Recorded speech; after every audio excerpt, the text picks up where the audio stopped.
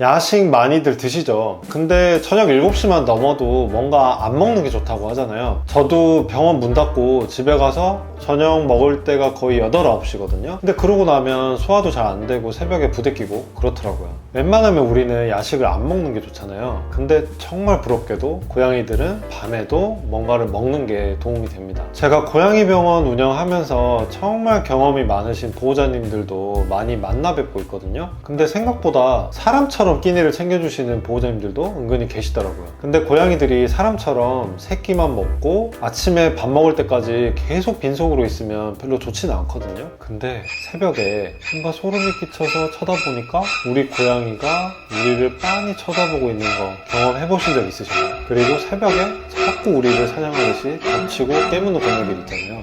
혹시 하지만 고양이들이 우리를 사냥해서 뜯어먹을 일은 없으니까 안심하시고요. 왜 밤에 사료가 없으면 고양이한테 별로 안 좋은지, 그러면 사료를 어떻게 주면 좋은지 이야기를 나눠보도록 하겠습니다.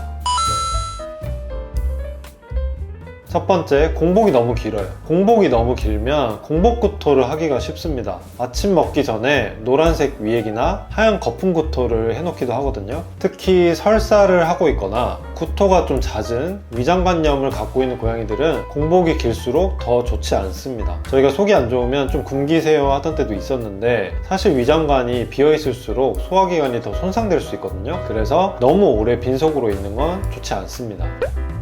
두 번째, 아침을 허겁지겁 먹고 토할 수 있습니다. 고양이가 밤새 사료를 기다려요. 그러면 아침에 사료가 딱 나오면 엄청 급하게 허겁지겁 먹고 토하는 경우가 있거든요. 그래서 가급적이면 아침에 너무 많은 양을 한 번에 몰아먹지 않게 나눠주시는 게 좋고요. 아침 사료만 슬로우 식기나 푸드퍼즐 같은 거 활용해서 조금 천천히 빼먹게 하는 것도 괜찮은 방법입니다.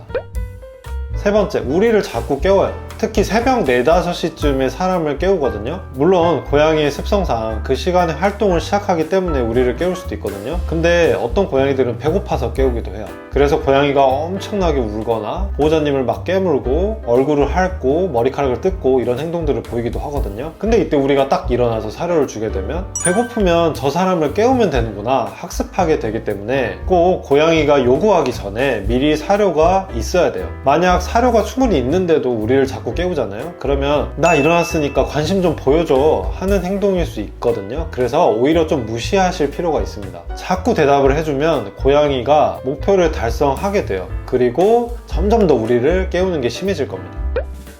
첫 번째, 자기 전에 사료를 충분히 먹게 하세요. 자율급식을 잘 하는 고양이들은 아침까지 잘 나눠 먹겠지만, 그렇지 않은 고양이들은 자기 전에 충분히 배불리 먹게 하고 놀아주세요. 포만감이 좀 있으면 아침까지 잘 버틸 수가 있습니다.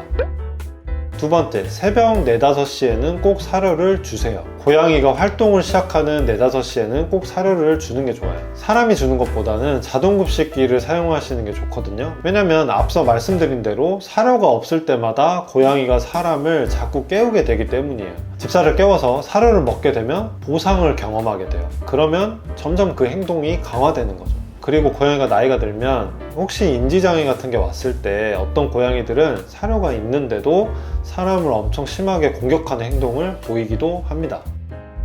세 번째, 하루에 5번 이상 식사 기회를 주세요. 새벽까지 포함해서 5번 이상 사료를 먹게 해주세요. 자율급식이 잘 되는 고양이들은 스스로 더 여러 번 나눠 먹거든요. 근데 줄 때마다 먹어버리는 고양이들은 자동급식기로 사료를 조금씩 여러 번 먹게 해주셔야 돼요. 야생에서 고양이들이 한 번 먹을 때 30칼로리 정도 먹거든요. 작은 쥐 한 마리에 해당되는 칼로리예요. 고양이가 하루에 필요한 칼로리가 체중에 따라 차이는 좀 있겠지만 평균적으로 한 250칼로리 되거든요. 그래서 야생 고양이들은 하루에 막 8번에서 20번까지도 먹습니다. 물론 집에서는 먹을 게 지금 풍부하기 때문에 그렇게까지 여러 번 먹을 필요까지는 없겠지만, 고양이 자체가 한 번에 많은 양을 먹는 게 아니라 조금씩 여러 번 먹도록 설계가 되어 있기 때문에 최소 5번 이상은 먹게끔 도와주셔야 활동량도 늘고 한 번에 폭식하고 토하는 일도 줄어듭니다. 특히 먹는 걸 좋아하는 고양이들은 먹는 횟수가 적을수록 먹는 걸 더 원하게 되고 급하게 먹게 됩니다.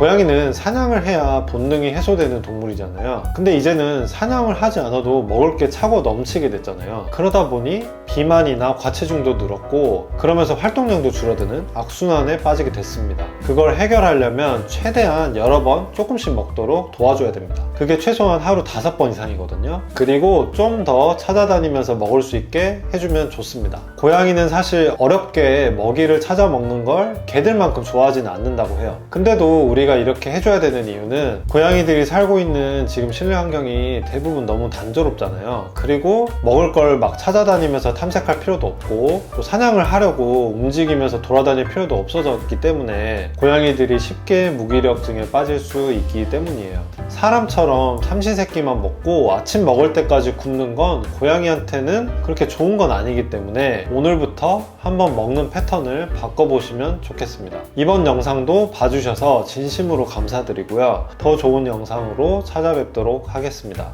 안녕.